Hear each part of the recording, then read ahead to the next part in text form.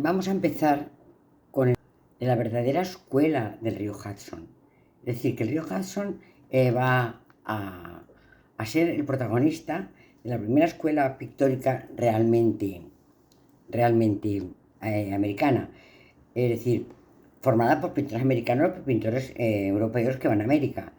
Esta importante escuela del arte americano, le vamos a llamar la Escuela de Pintura del río Hudson. Eh, Va a ser como un anhelo que había estado en el alma de todos los pintores que hemos visto anteriormente, y este anhelo va a consistir en pintar aquello que les pertenece, aquello que ya no es historia de Europa, ni es mitología europea, es algo suyo, algo que han admirado. Yo siempre he estado diciendo durante estos días que todos van a abrir el camino a lo que será la escuela de paisaje, esa escuela de paisaje americano. Bueno, pues esta escuela de paisaje americano tiene una raíz muy próxima con Turner, el gran pintor del paisaje americano que vivió en la primera mitad del siglo XIX. Va a ser para ellos, vamos a ver en sus imágenes, tanto del río Hudson como de luego de la parte de la América del Oeste que van conquistando, vamos a ver esta importante influencia de Turner.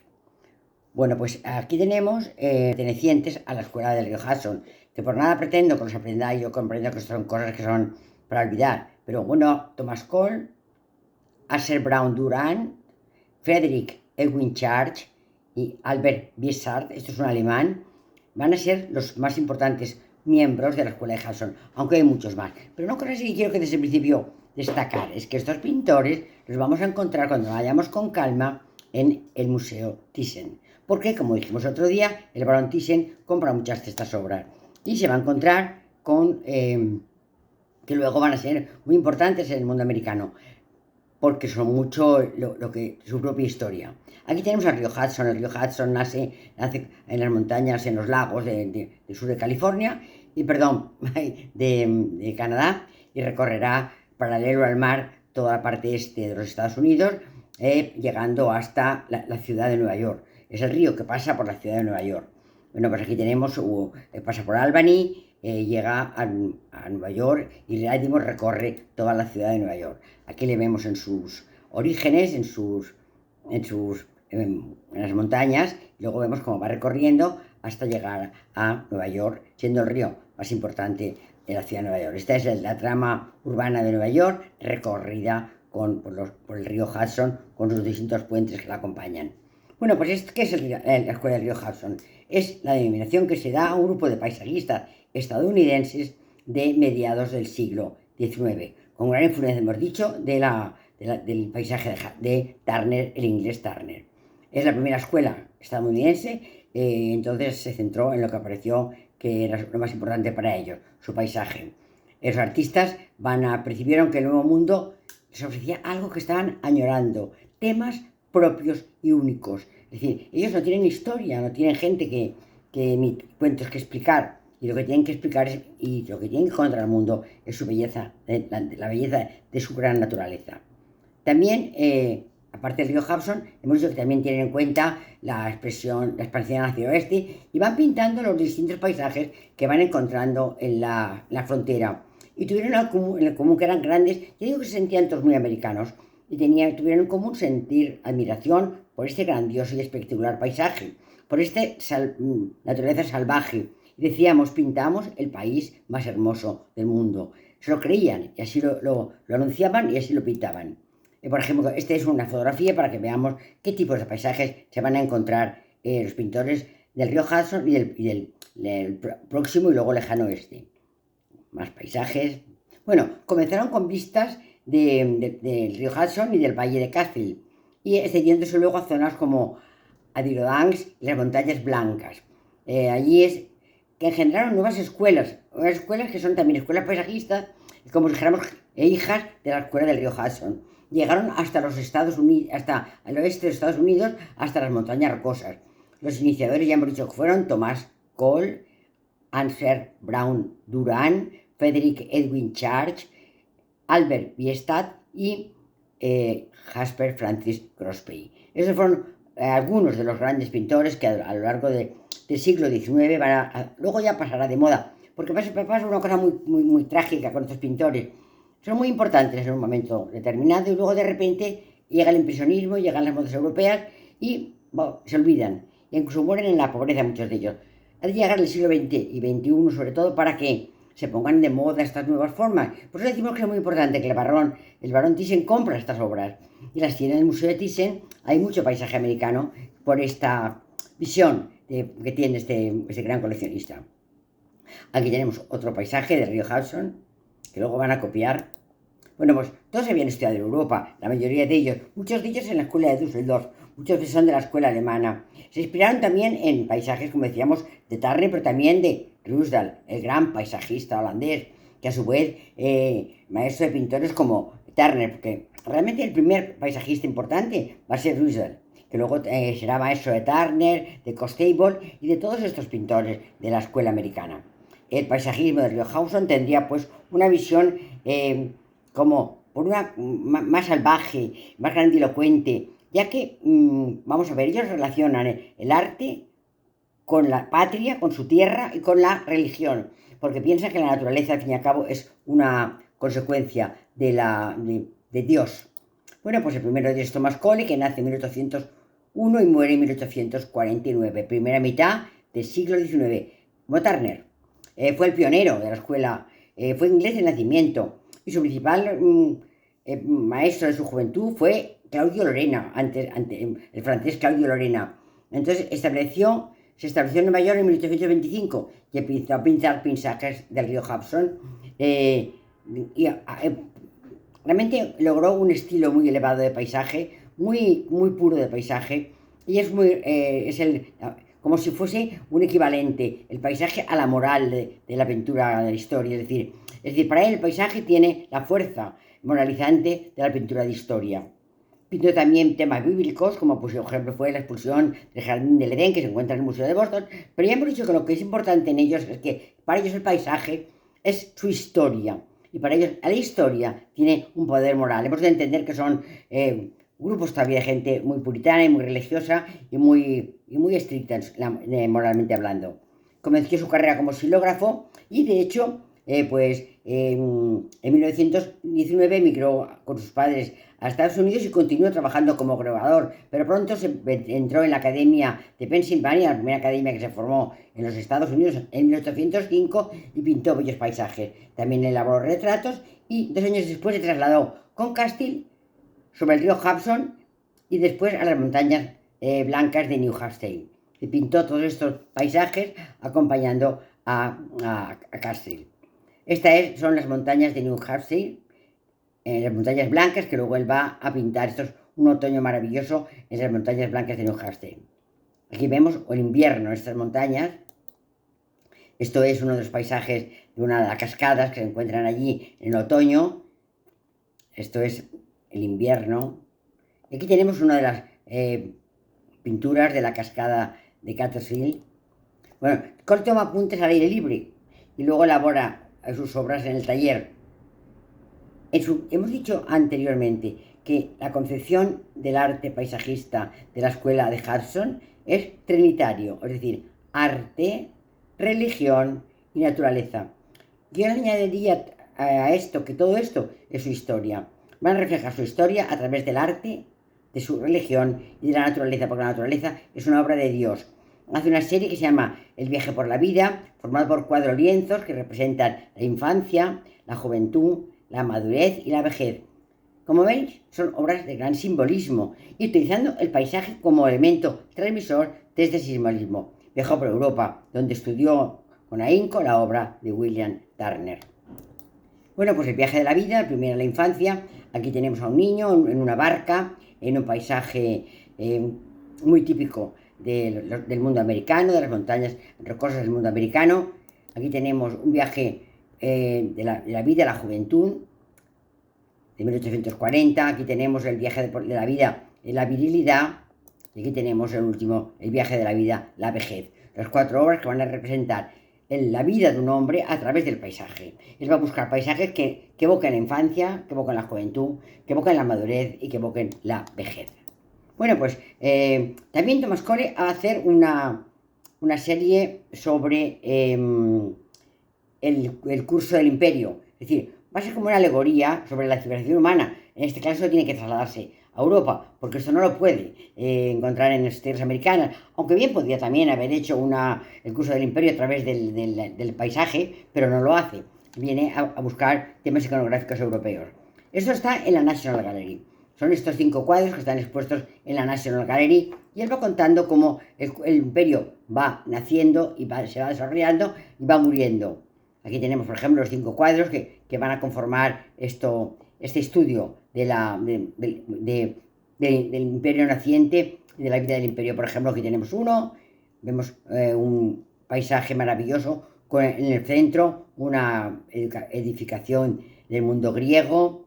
Aquí tenemos un puerto griego maravillosamente conformado con este edículo, con este templo, con este pedestal, con su estatua. Es decir, es como la llegada a un antiguo templo, perdón, puerto griego.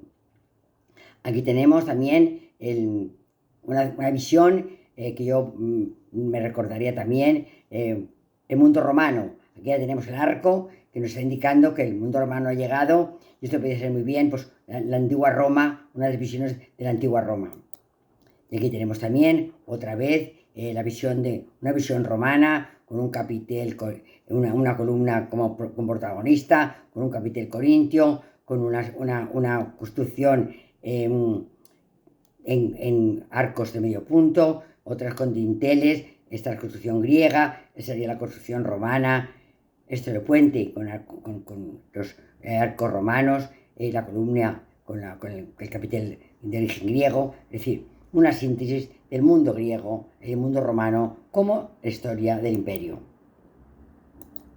Ahora tenemos al segundo pintor, que será Astor Brown Durand, que nació también a finales del siglo XVIII, 10 años después, 15 años después de la Guerra de la Independencia, y murió a finales del siglo XIX, cuando el impresionismo ya está llegando a los Estados Unidos. Pues digo que este mundo de la Cooley Hudson va a tener que correr mucho, porque pronto llegará la moda impresionista y lo va a quitar de moda.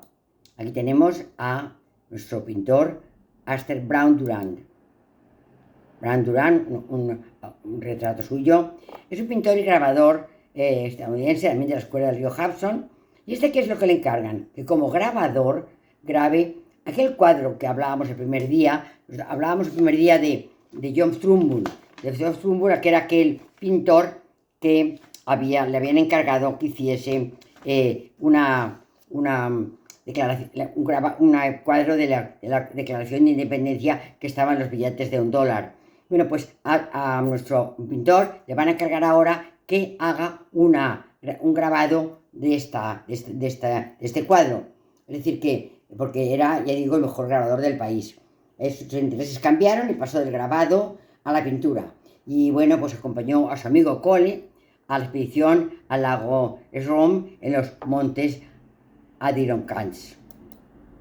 Fue un defensor del dibujo directo sobre la naturaleza, como con el mayor realismo posible. Decíamos que el anterior autor, decíamos que nuestro Thomas Cole, su maestro,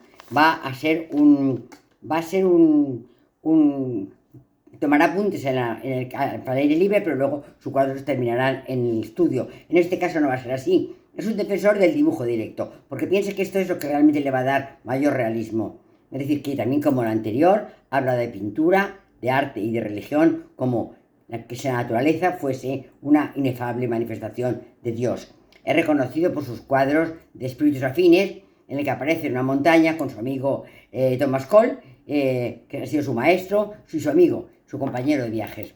Aquí los tenemos a los dos, espíritus afines, como acompañando a este bello paisaje de los Estados Unidos. Y aquí lo tenemos a ambos amigos, que son, ya digo, pintores los dos, Thomas Cole y Brown Durand, que son, como ya hemos dicho, dos personajes importantes en la pintura de la escuela del río Hudson.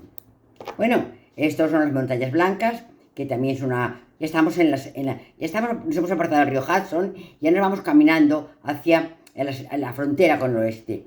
Y entonces van a ir pintando cómo esta frontera hacia el oeste va a ir avanzando. Aquí tenemos otro cuadro de este límite, este límite geográfico que irán consiguiendo en su caminar hacia el oeste. Cuadros también costumbristas, que mezclan la naturaleza con personajes de la vida de estas zonas ya al oeste, hacia el oeste de los Estados Unidos. Retratos románticos, porque todavía el mundo romántico está presidiendo su paisaje y su retratos completamente románticos. Ahora tenemos el tercer pintor. El tercer pintor va a ser Frederick Edwin Church. Nació ya en el siglo XIX completamente. Ya es un pintor que va a tener al final de sus días, su pintura va a estar contaminada ya, porque va a empezar la llegada del mundo impresionista a los Estados Unidos. Provenía de una familia acomodada. Se le conoció sobre todo por pintar vistas colosales, a menudo de ubicaciones exóticas. Por tanto, se apartó del río Hudson y de las montañas blancas y se marchó a Sudamérica para pintar en Colombia y en Ecuador. Esto lo hizo con el patrocinio del empresario Wes Fields, que le pagó el viaje. Fue el primer discípulo de Cole que reflejó escenas del oeste americano y del trópico sudamericano. Fijaros cómo hablamos siempre de alumnos de Cole, discípulos de Thomas Cole. Pues Thomas Cole fue el primer pintor de la escuela de Hudson. Y vamos a tener como los demás van a ser un poco discípulos suyos. Bueno, pues este es el primero que se aparta del tema iconográfico del río Hudson y se marcha al oeste americano y al trópico sudamericano, a Colombia y Ecuador, porque considera que son también paisajes muy dignos de retratar. Después de sus dos viajes al Ecuador y a Colombia, ha producido una serie de cuadros. Uno de ellos es Los Andes de Ecuador, Cayambé, El Corazón de los Andes y Cotopaxi. Es decir, este fue uno de los primeros cuadros al que hizo ganar fama cuando debutó en su exposición de 1859. ¿Pero qué le pasó a este señor? Que ya nació muy tarde y su carrera se vio ensombrecida por el cambio de gusto estadounidense. Ahora había mucho interés por el impresionismo. Las obras de estos personajes del río Hudson se consideran fuera de moda. Por tanto, murió este gran pintor en el gran Church. Hablamos de Frederick Edwin Church, murió en el olvido. Aquí tenemos sus pinturas maravillosas de los Andes, del Ecuador, del corazón metropolitano de los Andes. Está en el Metropolitan. Este es el mar Egeo, que también está, el mar Egeo americano, claro, que está también en el Metropolitan. Cayambé, está el paisaje también exótico, sudamericano, que está también en el museo, creo que está en el Metropolitan, sí.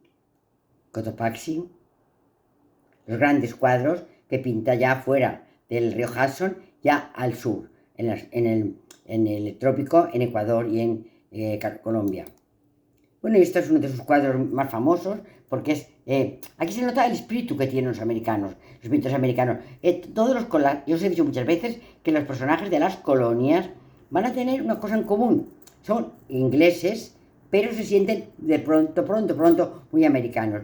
Y este sentimiento de amor a América se va a trasladar tanto en los demócratas como en los republicanos, como en los del norte como en los del sur. Hay un amor a América, un amor grande, esta tierra que se ha llevado. Por eso pontifican tanto la figura de Cristóbal Colón, porque es el que descubre esa tierra. Aquí vemos cómo unifica el paisaje con la historia, con su bandera, nuestra bandera en el cielo.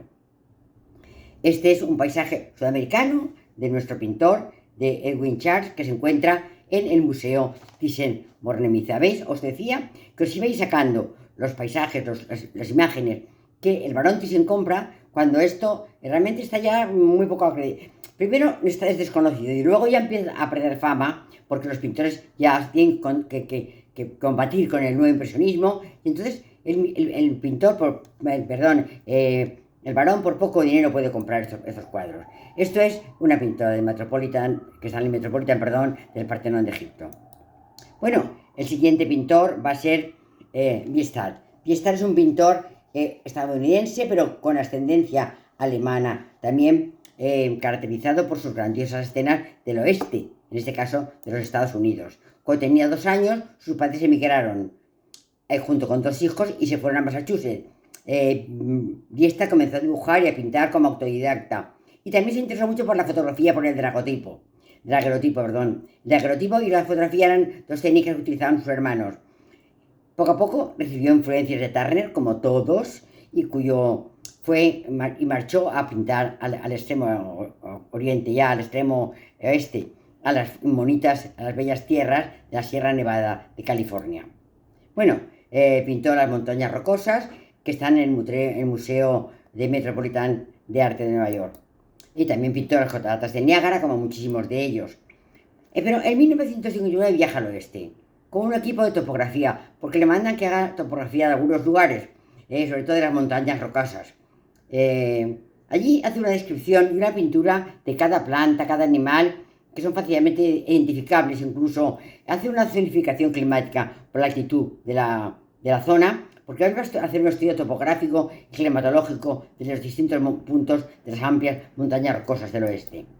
Yo quiero que veáis esto, porque esto es muy importante cuando uno estudia arte de la zona oeste de los Estados Unidos y de la zona oeste de América del Sur.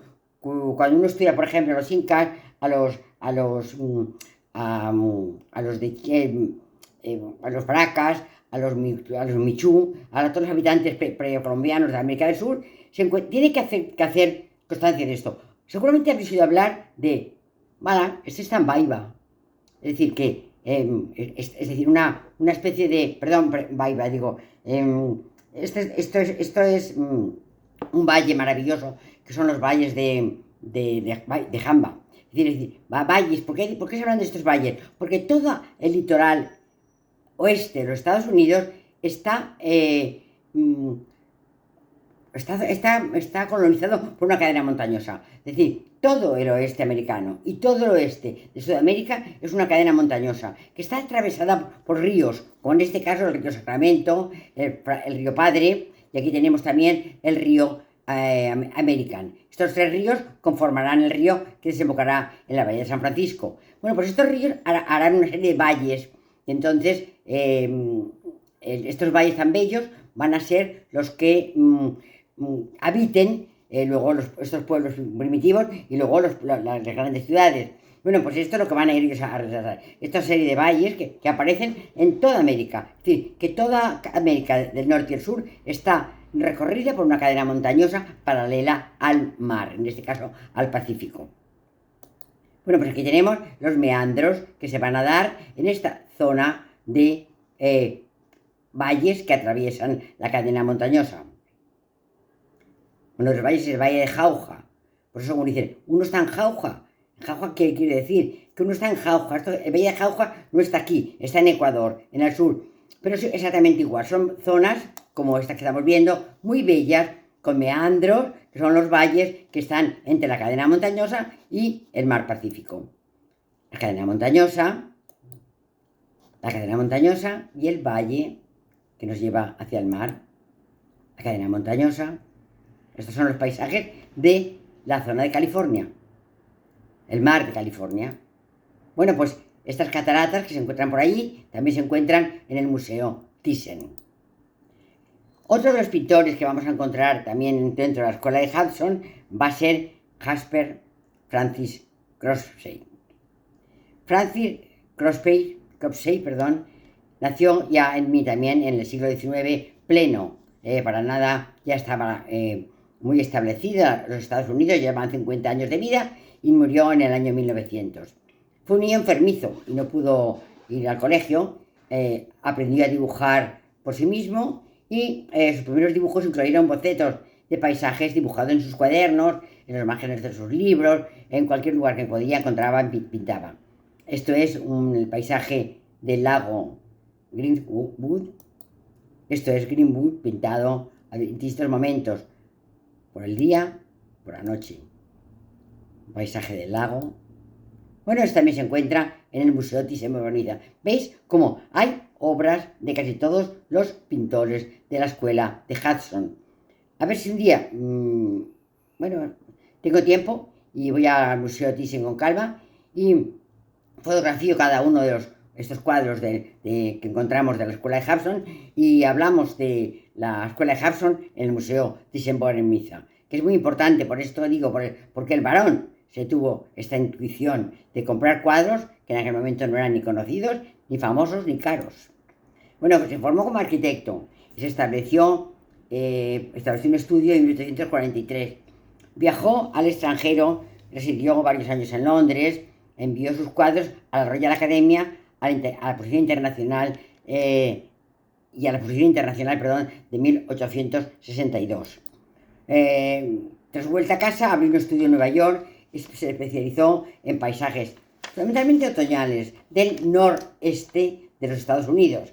Crosby fue uno de los fundadores, junto con otros 10 compañeros, de la Sociedad Americana de Pintores de Acuarelas. Estas sociedades están naciendo desde 1805, están naciendo estas sociedades artísticas en los Estados Unidos. Antes de 1805, imposible que nacieran.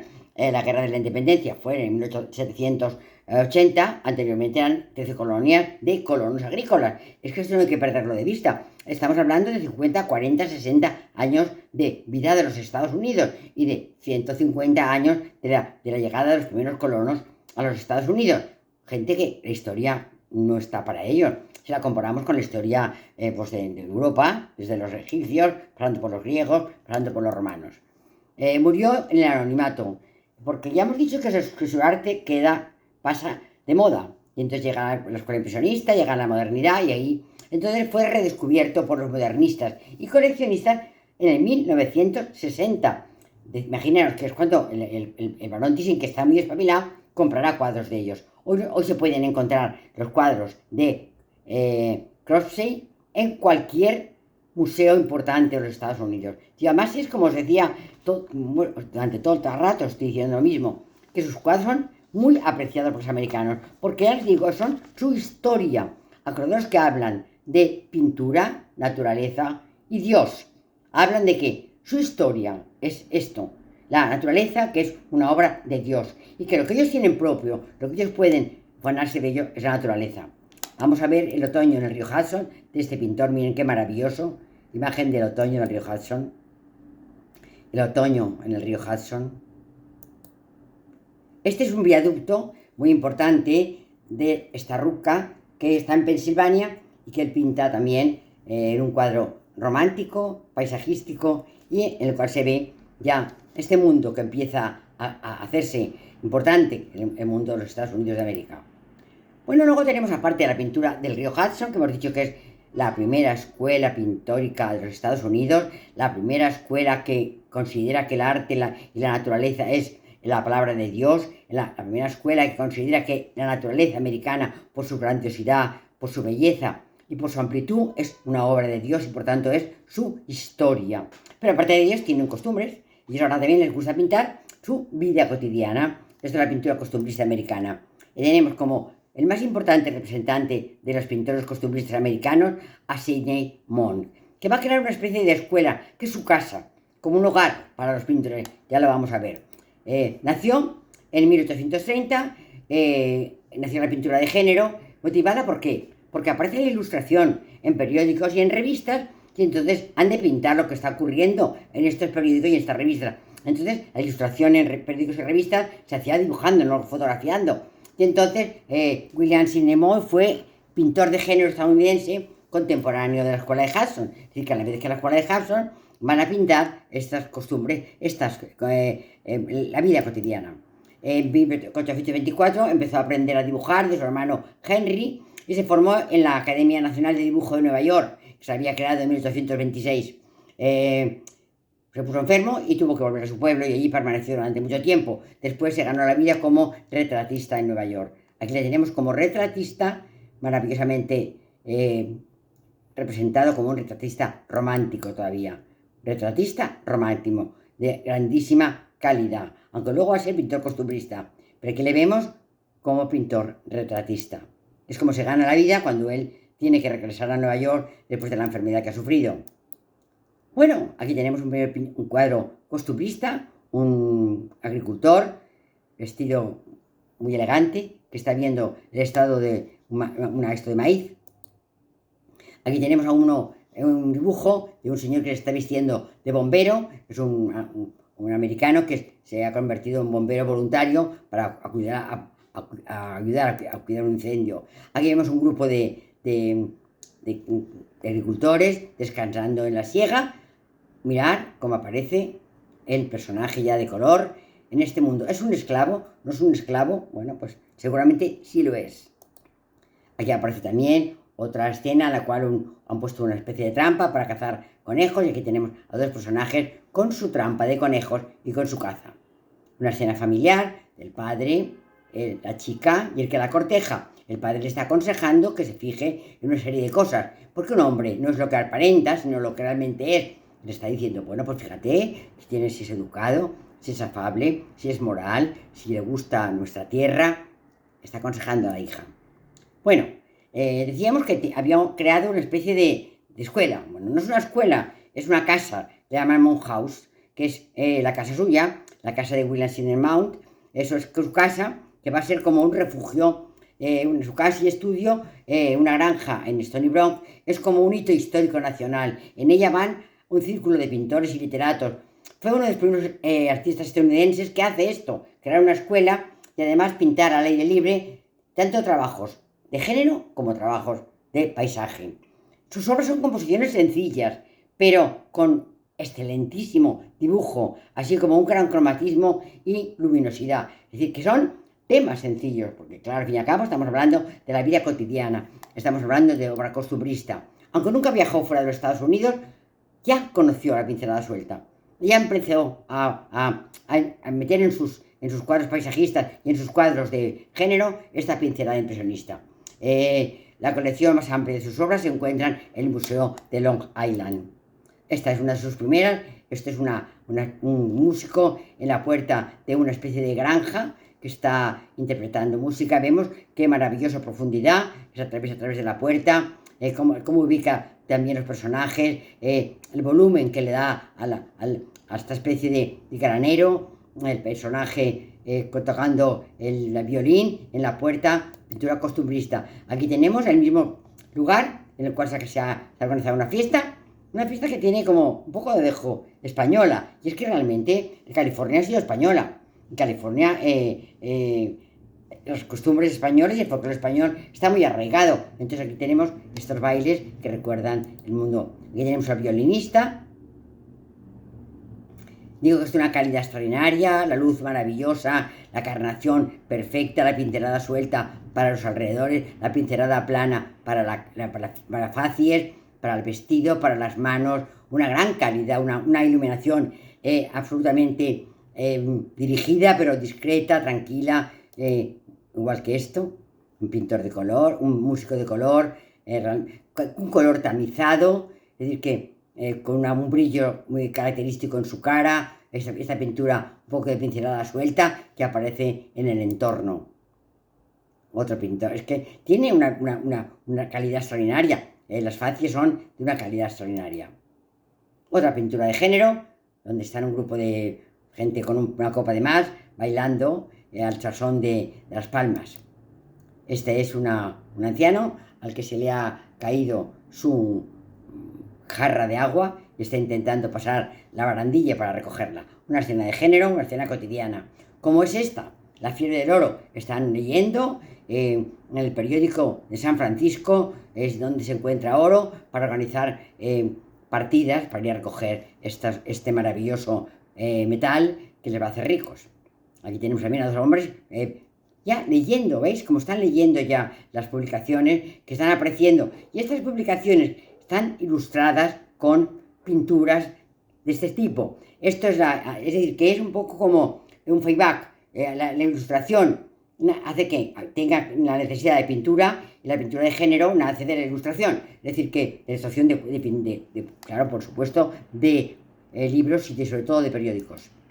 Esta es la casa, la Mountain, su casa, donde tiene esta especie de colonia de pintores y artistas. Esto es una de las visiones también de una de las costumbres. Están cogiendo cangrejos en el río, el padre los coge y el chico los guarda. Una de las vistas maravillosas de esta zona de de la playa de California. Bueno, y esto es una carta que Jasper Francis Crabtree le manda a su sobrino. Una carta donde le pone una paleta con los distintos colores, bajo con el color, porque cada una, yellow, brown, vermellón. Es decir, ¿lo veis? Está en castellano algunos y otros en inglés. Le manda el nombre de los colores, una paleta a su sobrino, con escritura, con una recomendación, una carta, en la cual le dice que debe aprender a pintar y cómo se debe pintar. Bueno, os he querido contar, no sé si bien o mal, solamente regular, el nacimiento de la pintura como escuela en los Estados Unidos. La pintura de escuela de Estados Unidos es la escuela del río Hudson, que es una escuela paisajista, porque es el tema más propio, más querido y más divino, podemos decir entre comillas, de toda su iconografía pictórica. Pensar que ellos no tienen iconografía histórica, ni mitológica, ni siquiera de personajes. Han de buscar lo que es propio de ellos, que al fin y al cabo es su naturaleza. Muchas gracias y hasta el próximo día.